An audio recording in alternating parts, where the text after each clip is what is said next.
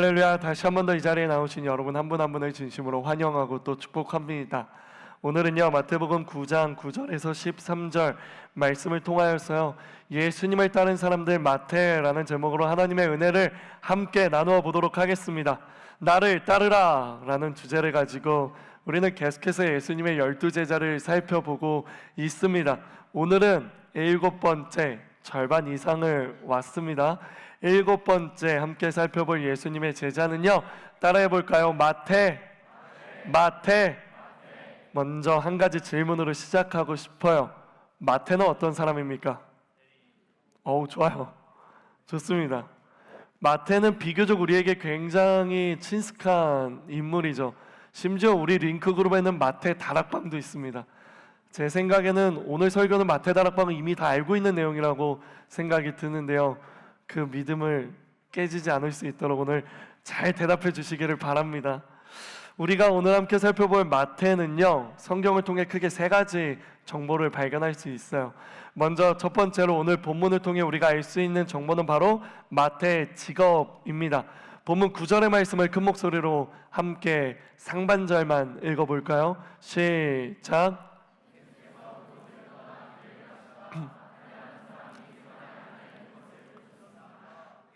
그래요. 예수님을 따르기 전 마태는요 세관에 앉아 있었다라고 기록하고 있습니다. 즉 이것을 통해 우리가 알 수 있는 것은 마태의 직업이 세리였다라는 것을 알 수 있어요. 세리가 어떤 직업입니까? 세리는 이스라엘 백성들의 세금을 걷어 로마에 전달하는 역할을 하였는데요, 그 과정 속에서 유대 종교 지도자들과 또 기득권들의 이익을 챙겨준과 동시에 자신의 이익까지 챙기는 일이 만연했습니다. 그랬기 때문에 그 당시 세리는요 매우 이미지가 좋지 않았고요, 이스라엘 백성들에게 있어서 세리는 공인된 죄인이라고 할 만큼 죄인 취급받는 직업이었습니다. 이것이 바로 마태의 첫 번째 특징이라는 거예요. 그리고 두 번째 특징은 마태에게는요 또 다른 이름이 있었다라는 것이에요. 마태의 또 다른 이름이 무엇입니까? 바로 레위라는 이름이 있었습니다. 이것을 어떻게 알 수 있느냐? 우리가 살펴보고 있는 마태복음의 평행 본문인 마가복음과 누가복음을 읽어보면 알 수 있습니다. 마태복음은요 마태라고 기록하고 있지만 평행 본문인 마가복음 2장과 누가복음 5장을 읽어보면요 그 이름을 레위라고 기록하고 있기 때문입니다. 그래요. 따라서 마태의 또 다른 이름은 레위이다라는 것이 두 번째 알 수 있는 정보입니다. 그리고 마지막 세 번째, 마태는요 바로 우리가 오늘 본문으로 살펴보고 있는 마태복음의 저자라는 것이에요. 물론 성경 어디를 읽어도요 내가 마태복음을 기록하고 있다, 나는 마태다 라는 구절은 발견할 수 없어요. 직접적인 언급은 없지만 우리는 이것을 알 수 있습니다. 어떻게 알 수 있냐면 초대교회, 특별히 2세기 교부였던 파피아스는요 마태복음은 예수님의 제자였던 마태에 의해 기록되었다라는 문헌과 문서를 남겨두었습니다. 그렇기 때문에 우리는 이 마태복음의 저자가 예수님의 12제자 중에 한 사람이었던 마태라는 것이 교회의 전통적인 사실이라는 것을 우리는 또 알 수 있는 것이에요. 그래요. 오늘 우리가 살펴볼 예수님의 제자 마태는요 4개의 복음서 중 하나를 기록한 인물이라는 것이에요. 정리해 볼까요? 과거에는 세리였지만 예수님의 부르심을 받고 훗날 마태복음을 기록한 마태이자 또 레위라고 불리던 이 사람이 바로 우리가 오늘 살펴볼 주인공이다라는 이야기입니다. 자, 그렇다면 과연 이러한 마태를 통해 우리가 발견할 수 있는 영적인 메시지는 무엇일까요? 크게 2가지를 준비했는데요, 하나하나 살펴보도록 하겠습니다. 먼저 첫 번째입니다. 우리 본문 9절의 말씀을 다시 한 번 더 읽어볼게요. 시작.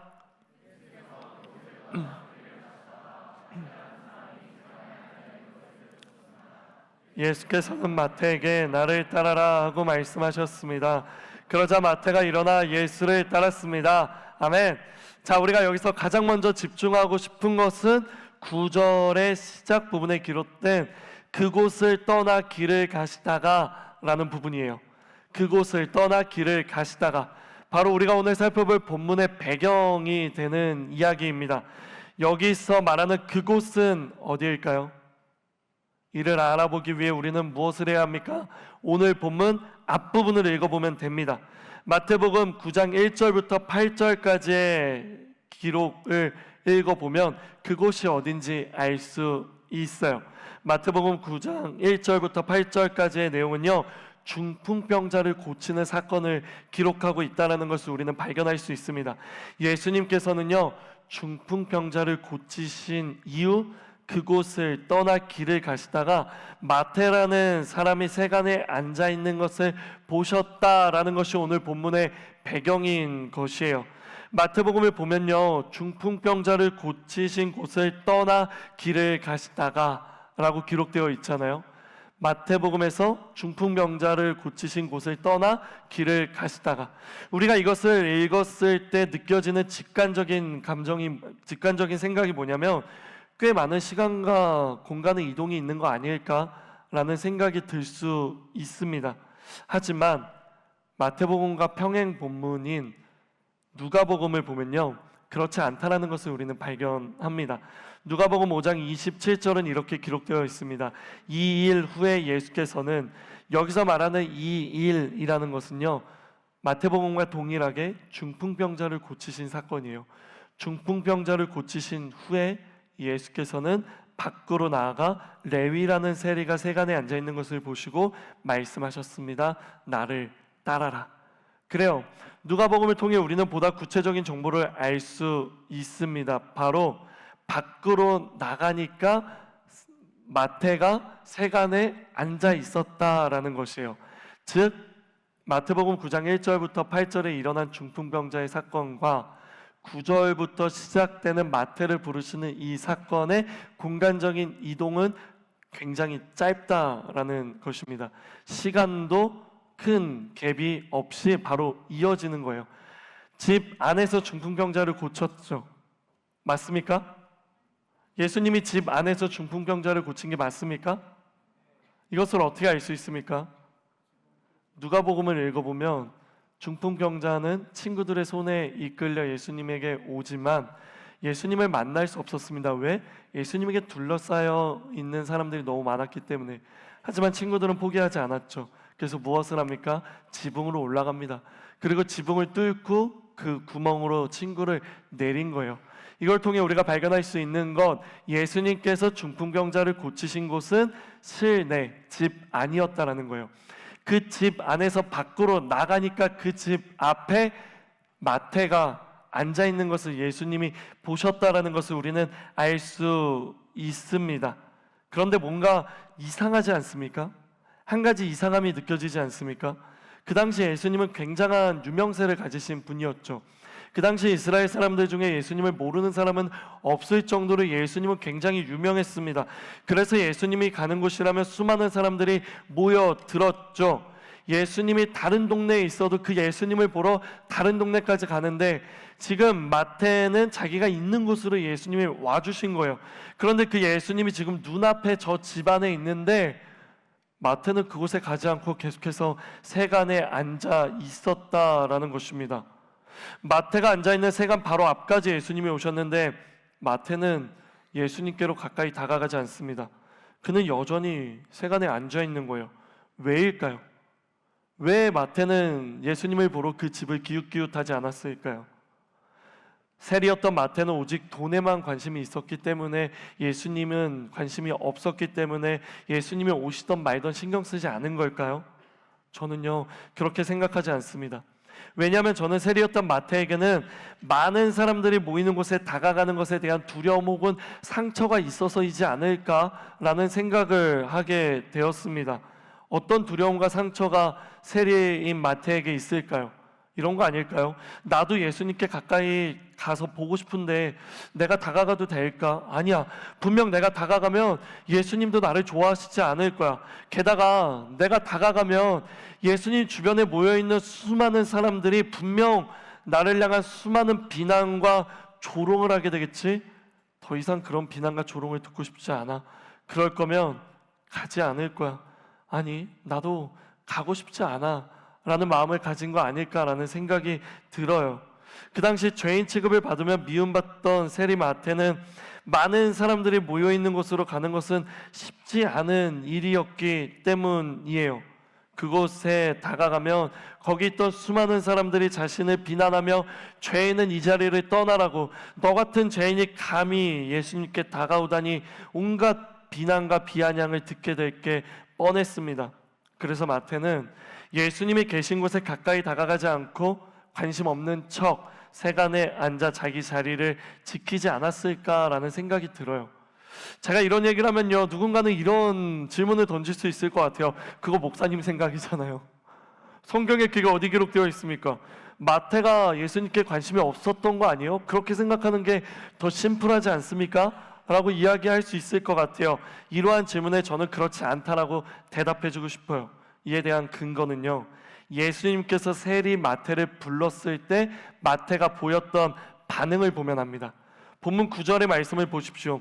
예수님께서 마태를 향해 나를 따르라 라고 부르셨을 때 마태에게는 어떠한 망설임도 찾아볼 수 없습니다. 어떠한 주저함도 찾아볼 수 없습니다. 마치 마태는 예수님이 누구인지 알고 있었고 예수님이 나를 불러주신 것에 대해 감격하며 조금의 망설임과 주저함 없이 순종하며 나아가고 있다는 것을 우리는 성경을 통해 발견할 수 있습니다. 평행복문인 누가복음 5장 28절을 읽어보면요, 보다 쉽게 이해할 수 있는데요. 누가복음 5장 28절의 말씀도 읽어볼까요? 시작.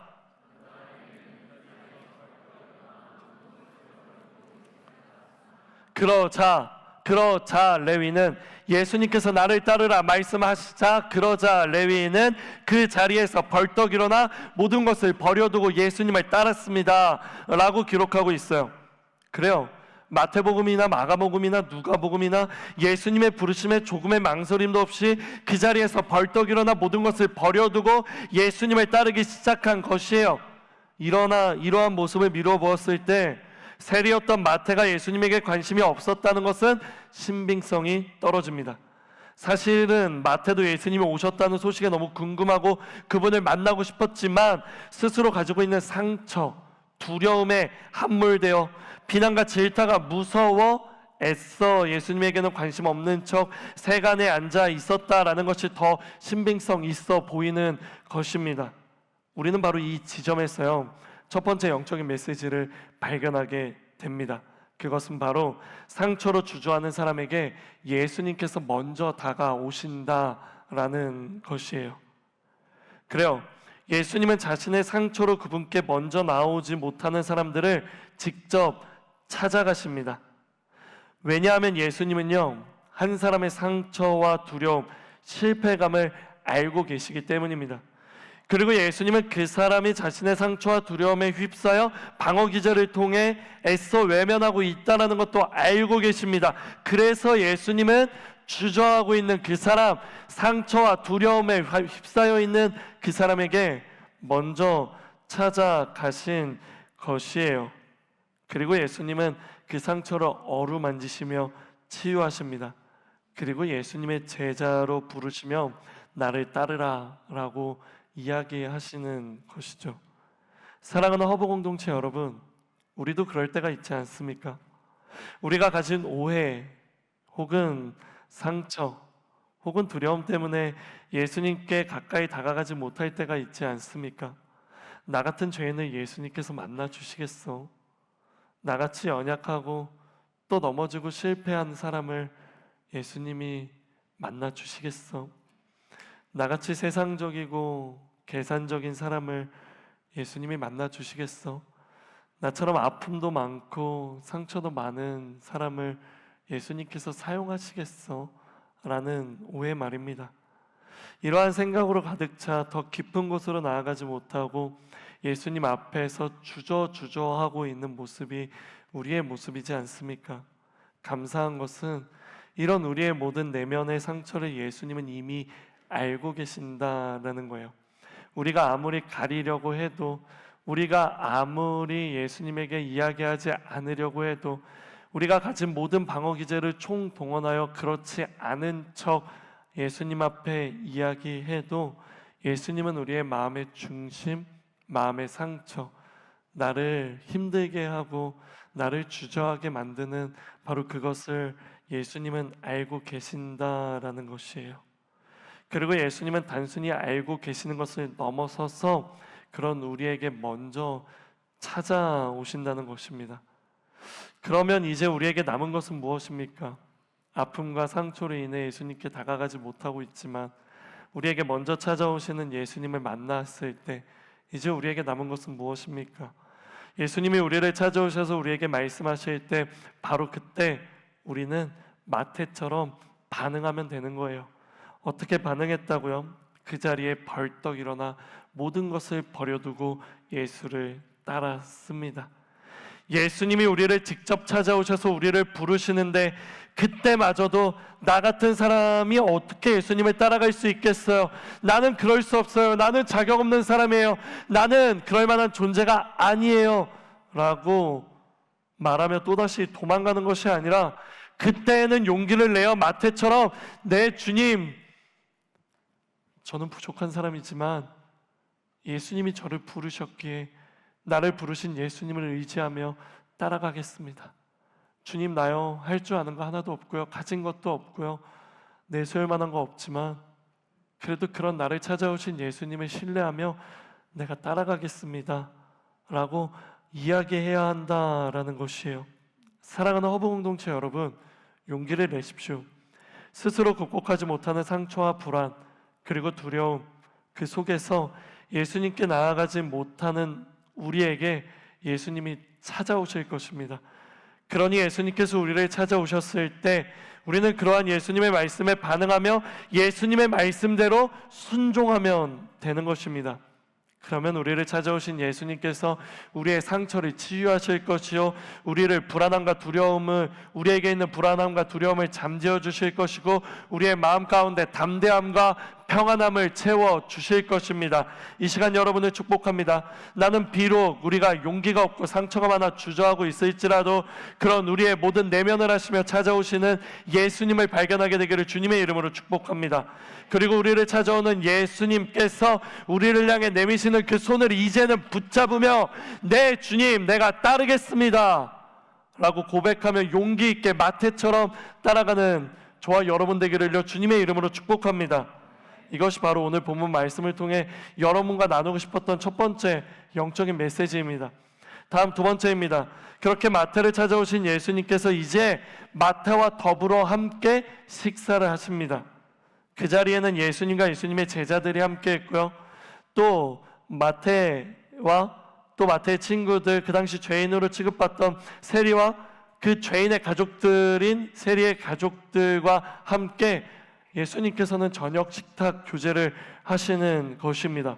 그런데 바로 이러한 모습을 본 바리새파 사람들은 예수님에게 이렇게 말합니다. 함께 10절과 11절 말씀을 읽어보겠습니다. 시작.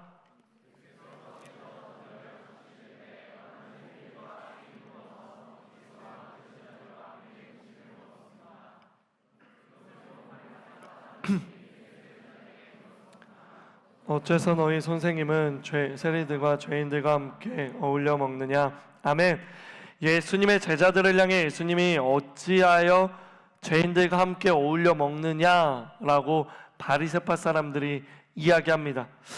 이게 이렇게까지 바리새파 사람들을 화나게 하고 당황하게 만드는 일일까? 그들과 밥 먹는 정도가 어때서? 라고 생각할 수 있지만 그 당시 문화를 살펴보면요, 그렇지 않아요. 그 당시의 식탁 문화는요 굉장한 의미를 가지고 있습니다. 무엇이냐면 그 당시의 식탁 교제는 상대를 자기 몸과 같이 받아들인다는 우정의 표시이기 때문이에요. 내가 너와 함께 식사를 한다라는 것은 너가 나의 친구라는 것을 내가 받아들이겠다라는 표시라는 것입니다. 즉 예수님은 죄인들과 친구를 하겠다라고 말씀하시는 거고, 그러한 모습을 본 바리새인들은 격분한 것입니다. 이는 구약의 율법으로 보면 죄인과 함께하는 자는 그 사람도 죄인이기 때문에 절대 그렇게 해서는 안 되는 금기된 사항이었어요. 하지만 예수님은 그러한 것에 얽매이지 않으셨습니다. 왜요? 기억해 주세요. 바로 이것이 장차 올 하나님 나라의 모습이기 때문이에요. 바로 이것이 장차 임할 하나님 나라의 잔치를 미리 보여주는 행동이기 때문입니다. 죄인이 없습니다. 신분의 구분이 없습니다. 모든 사람이 하나님 안에서, 예수 그리스도 안에서 평등하고 하나님께 사랑받는 동등한 사람이고 피조물인 것입니다. 바로 그들과 함께 식사하고 교제하며 하나님을 예배하는 것, 이것이 바로 예수님이 다시 이 땅 가운데 오시는 날 우리에게 펼쳐지는 일인 것이에요. 그렇기 때문에 예수님은 그러한 것에 얽매이지 않으시는 거예요. 그래서 예수님은 자신을 비난하는 바리새파 사람들에게 이렇게 말씀하세요. 12절과 13절이에요. 이 말을 듣고 예수께서 말씀하셨습니다. 건강한 사람에게는 의사가 필요하지 않으나 병든 사람에게는 의사가 필요하다. 너희는 가서 내가 원하는 것은 제사가 아니라 자비다 하신 말씀이 무슨 뜻인지 배워라. 나는 의인을 부르러 온 것이 아니라 죄인을 부르러 왔다 라고 이야기하십니다. 이 중 특별히 13절의 말씀, 내가 원하는 것은 제사가 아니라 자비다 말씀하세요. 이 말씀 어디서 들어본 적 있지 않습니까? 제가 얼마 전 리더십 모임인 오디 때 똑같은 질문을 했는데요, 한 명의 청년이 훌륭하게 정답을 맞췄어요. 호세아라고 이야기하더라고요. 그 친구가 졸업을 합니다. 너무 안타깝습니다. 그 친구만큼 여러분도 성경을 읽을 때 구약과 연결시켜서 읽으면 좋겠다라는 생각이 들어요. 그래요. 13절에 기록된 내가 원하는 것은 제사가 아니라 자비다 라는 이야기는요, 호세아 6장 6절의 말씀이에요. 제가 읽어볼게요. 내가 바라는 것은 인애이지 제사가 아니며 하나님을 아는 것이지 번제가 아니다 라는 거예요. 이 말의 의미는 무엇입니까? 제사보다 인애가 중요하고 번제보다 하나님을 아는 것이 중요하다라고 이야기하는 것입니다. 예수님은 바로 호세아의 말씀을 인용하시며 바리새파 사람들에게 대답하세요. 하나님의 뜻, 바로 인애, 즉 자비에 대해 말씀하시는 것입니다. 사랑하는 여러분, 여러분에게 물어보고 싶습니다. 자비란 무엇입니까? 기억해 주시겠어요? 자비는 원어로 헤세드라는 단어를 쓰는데요, 이것을 직역하면요, 하나님의 언약적이고 신실한 사랑을 뜻합니다. 따라해 볼게요. 자비는 하나님의 언약적이고 신실한 사랑이다. 언약은 약속이라는 뜻이죠. 신실은 무슨 뜻입니까? 신실은 히브리어 단어 에메트라는 단어를 사용하는데요, 쉽게 말하면 에메트는 흔들리지 않고 끝까지 동일하다라는 의미를 가지고 있는 거예요. 자비는 하나님의 언약적이고 신실한 사랑, 신실은 끝까지 흔들리지 않고 동일한 사랑. 그렇다라는 것은 자비는 즉 하나님의 언약적이고 끝까지 흔들리지 않고 동일한 사랑이라는 것을 뜻하는 것이에요. 이것이 바로 예수님이 가지고 있으셨던 구별점인 것이에요. 바리새인들은요, 종교적인 형식을 지키기 위해 사람을 배척하지만 예수님은 율법의 본질인 자비를 완성하기 위해 가장 낮은 곳으로 내려가셨잖아요. 우리는 그것을 세 글자로 뭐라고 말합니까? 성육신이라고 이야기하죠. 성육신 하신 예수님께서 지금 말씀하시는 거예요. 나는 건강한 사람들에게는 의사가 필요 없지만 병든 사람에는 의사가 필요하다. 그래서 나는 의인을 부르러 온 것이 아니라 죄인을 부르러 왔어. 나는 병든 사람을 만나기 위해 왔어. 나는 죄인을 만나기 위해 왔어 라고 이야기하는 것이에요. 이 말이 무슨 말입니까? 성육신하신 예수님은 자신을 의사로 비유하시는 거예요. 구원이란 스스로 의롭다 여기는 자가 아니라 자신의 영적인 질병을 인정하는 자에게 주어지는 선물이라는 것을 예수님은 말씀하고 계시는 것입니다. 오해하지 마십시오. 여기서 말하는 건강한 사람은 아프지 않는 사람을 말하는 게 아니에요. 여기서 병든 사람은 육신의 질병을 갖고 있는 사람을 말하는 게 아니에요. 여기서 말하는 의인은 죄가 없는 사람, 바리새인과 같이 율법을 지키는 사람을 말하는 게 아닙니다. 여기서 말하는 죄인은 율법을 지키지 못하는 사람을 말하는 게 아니에요. 여기서 말씀하시는 건강한 사람과 병든 사람이 무엇입니까? 병든 사람은 하나님을 알지 못하는 사람입니다. 여기서 말하는 죄인은 누구입니까? 예수 그리스도의 복음을 알지 못하고 하나님을 알지 못하는 사람이에요. 즉 예수님은 하나님을 알지 못하는 사람을 위해 이 땅 가운데 오셨다라는 거예요. 예수님은 아직 자신의 죄를 씻지 못한 죄인들을 위해, 구원받지 못한 사람들을 위해 이 땅 가운데 오셨다라는 것을 이야기하고 있다라는 것입니다. 그래요. 예수님은 그렇기 때문에 스스로를 의롭다 여기는 사람이 아니라 스스로가 죄인이다라고 여겨진 인정하는 자에게 구원을 선물로 주시기 위해 이 땅에 오셨다라는 것을 이야기하는 거예요. 구원이란 스스로 의롭다 여기는 자가 아니라 자신의 영적 질병을 인정하는 자에게 주어지는 하나님의 선물임을 명확히 해야 합니다. 다시요, 구원이란 스스로 의롭다 여기는 자가 아니라 자신의 영적 질병, 죄인임을 인정하는 자에게 주어지는 하나님의 선물이다 라는 것입니다. 바로 여기에서 우리는 두 번째 영적인 메시지를 발견하게 됩니다. 제가 여러 번 말씀드렸는데요, 볼펜에 있으신 분들은 기록해 주세요. 하나님은 모든 사람의 죄를 용서하실 수 있지만 스스로 죄인이라 인정하지 않는 사람의 죄는 어떻게 하실 수 없다라는 것이에요. 따라해 볼까요? 하나님은 모든 사람의 죄를 용서하실 수 있지만 스스로를 죄인이라 인정하지 않는 사람의 죄는 어떻게 하실 수 없습니다. 사랑하는 허브 공동체 여러분, 여러분에게 묻습니다. 여러분은 하나님 앞에서 죄인입니까? 여러분은 하나님 앞에서 죄인이 맞습니까? 맞습니다. 저도 죄인입니다. 우리는 가장 먼저 이것을 인정해야 합니다. 하나님, 나는 죄인입니다. 하나님, 나는 죄인입니다. 이러한 고백이 있어야 하는 거예요. 주님이 우리를 제자로 세우신 이유는 우리가 남들보다 더 완벽한 의인이기 때문에 부르신 것이 아님을 기억해야 합니다. 우리는 단지 주님께 먼저 발견되어 고침을 받은 죄인일 뿐이다라는 것이에요. 그렇다라는 것은 이제 우리가 어떻게 살아갈지에 대한 방향을 알려줍니다. 바로 제자됨의 본질, 먼저 발견되어 구원받은 사람들 하나님의 자녀됨의 본질, 또 예수님의 제자됨의 본질은 제자로서의 어떠한 삶의 자세를 가져야 하는지를 이야기해 준다라는 거예요. 기억해 주세요. 제자의 본질은 나의 뛰어남을 증명하는 것이 아니라 내가 먼저 경험한 주님의 파격적인 이 자비를 그대로 전수하고 흘려보내는 통로가 되어야 한다는 거예요. 이게 제자됨의 본질이라는 것입니다. 내가 구원받았기 때문에 나는 의인이야 라고 말하는 것이 아니에요.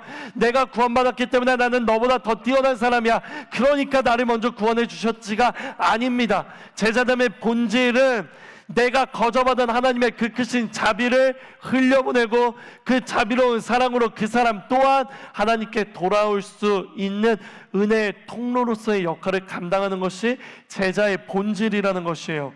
그래요, 마태가 바로 그러한 사람이었다라는 것입니다.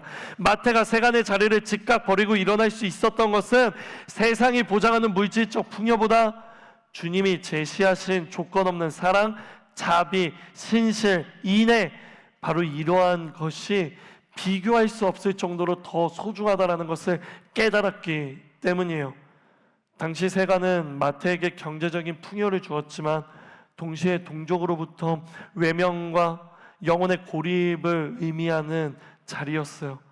마태는 바로 하나님을 만나고 영혼의 고립된 자리, 비난받는 자리, 외로운 자리에서 하나님의 진정한 자비와 사랑을 느끼며 하나님을 따르겠다 고백한 것입니다. 그제서야 마태는요, 지금까지 누리지 못한 진정한 행복과 평안을 누리기 시작하는 거예요. 기억하십시오. 진정한 행복과 평안을 누리는 방법은 예수님을 따라갈 때 시작됩니다. 이 세상의 그 어떤 것도 우리에게 진정한 평안과 행복을 줄 수 없어요. 그로 인해 마태는 그곳에서 미련 없이 자리를 박차고 예수님을 따를 수 있었던 것입니다. 쉽게 말하면 우선순위가 변한 거예요.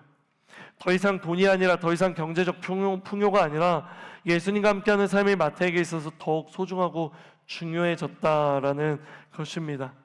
사랑하는 허브 공동체 여러분, 이것이 바로 예수님을 따르는 사람들의 모습입니다. 이것이 바로 예수님을 따르는 이유입니다. 세상이 보여주는 그 어떤 것보다 주님의 부르심이 주는 가치가 더 크다는 것을 알기에, 그것을 깨달았기에 모든 것을 버려두고 예수님을 따를 수 있는 것이에요. 그래서 나는 여기 있는 여러분 모두가 이러한 하나님의 자비를 경험하게 되기를 소망합니다. 하나님의 자비 속에서 하나님의 신실한 사랑을 느끼며 세상이 주지 못한, 그 무엇도 주지 못한 평안과 행복을 느껴보시기를 주님의 이름으로 축복합니다. 그렇게 되었을 때요, 우리도 마태처럼 과감히 모든 것을 버리고 예수님을 따를 수 있는 거예요.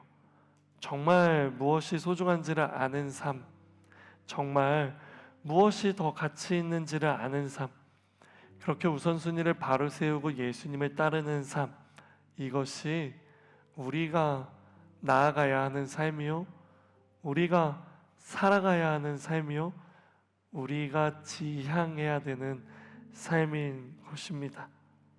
여기서 절대 놓치고 싶지 않은 한 가지는요, 이러한 진정한 제자의 삶의 모든 출발점은요, 하나님의 자비에서 시작되었다라는 거예요. 그렇지 않습니까? 하나님의 자비가 없었다면 우리에게 이런 삶은 펼쳐지지 않습니다. 하나님의 자비, 언약적이고 신실한 사랑이 우리에게 채워지고 그 사랑이 우리에게 임하는 것, 그것이 이 제자됨의 삶을 살아가는 것의 시작이라는 것입니다. 사랑하는 허브 공동체 여러분, 그래서 저는 여러분이 이러한 하나님의 자비를 충분히 느끼기를 소망합니다. 하나님의 자비를 여러분의 마음에 충분히 채우기를 소망합니다. 그래야 올바른 제자의 삶, 능력 있는 제자의 삶을 살아갈 수 있기 때문이에요. 여기서 마지막 질문입니다. 하나님의 자비를 충분히 느끼고 충분히 채울 수 있는 방법은 무엇일까요?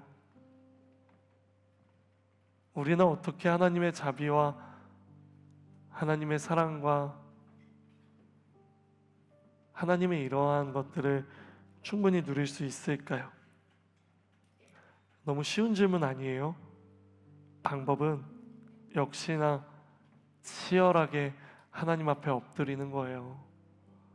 방법은 역시나 충분히 하나님 앞에 무릎 꿇는 거예요. 여러분, 그거 말고 방법 없어요. 그것만이 유일한 방법이에요.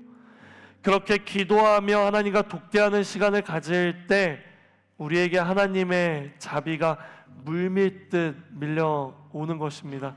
여러분에게 묻고 싶습니다. 여러분도 마태와 같이 이런 제자된 삶을 살기 원하십니까? 정말 살기 원하십니까? 그러기 위해 여러분도 하나님의 자비가 여러분의 마음 가운데 충만하기를 원하십니까? 그렇다면 권면드립니다. 기도하십시오. 특별히 내일부터 시작되는 40일 새벽 기도를 결단하십시오.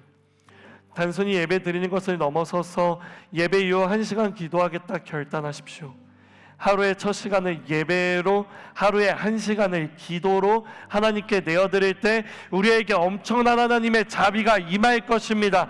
바로 아까 설교 전에 말씀드렸던 기도 시간을 자동적으로 계산해주고 나의 기도의 분량을 확인할 수 있는 툴이 개발된 것도 이것을 위함입니다.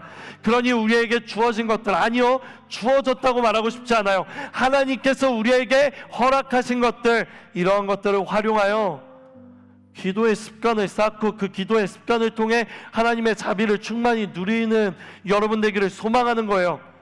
여러분, 입술로만 하나님의 자비를 누리고 싶다 말하지 마십시오.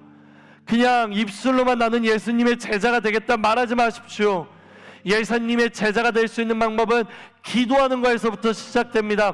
하나님을 만나는 거에서부터 시작됩니다. 하나님 앞에 무릎 꿇어 복대하는 시간이 늘어날 때 우리가 버려야 할 것들을 발견하고 버리게 되고 붙잡아야 할 것을 붙잡으며 예수님이 걸어가신 그 길을 걸어갈 수 있는 능력과 저력이 생기는 것이에요.